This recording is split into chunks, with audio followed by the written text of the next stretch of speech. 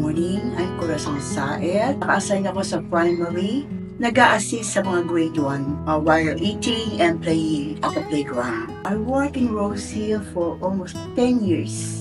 Ang memorable experience ko sa Rose Hill ay ang pagkakaisa, pagdadamayan, at pagmamahalan. Even mga parents, they will treat you as a family.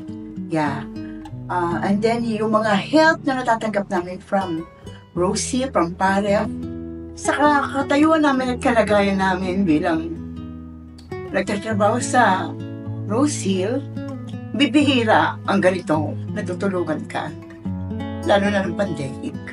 Kaya yun ang hindi namin nalilimutan. Hindi nila kami pinabayaan. Nag-stay kami sa Rose Hill kasi napamahal na sa aming mga bata, mga guro, then mga staff, lahat napamahal na sa amin.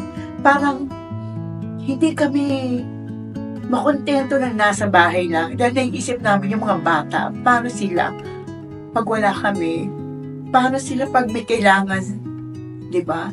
Then also mga teachers, ganun din. Then mga staff, basta lahat ng nasa PAREF. Sa Rose Hill, thank you so much po sa lahat ng tulong na binigay niyo sa amin.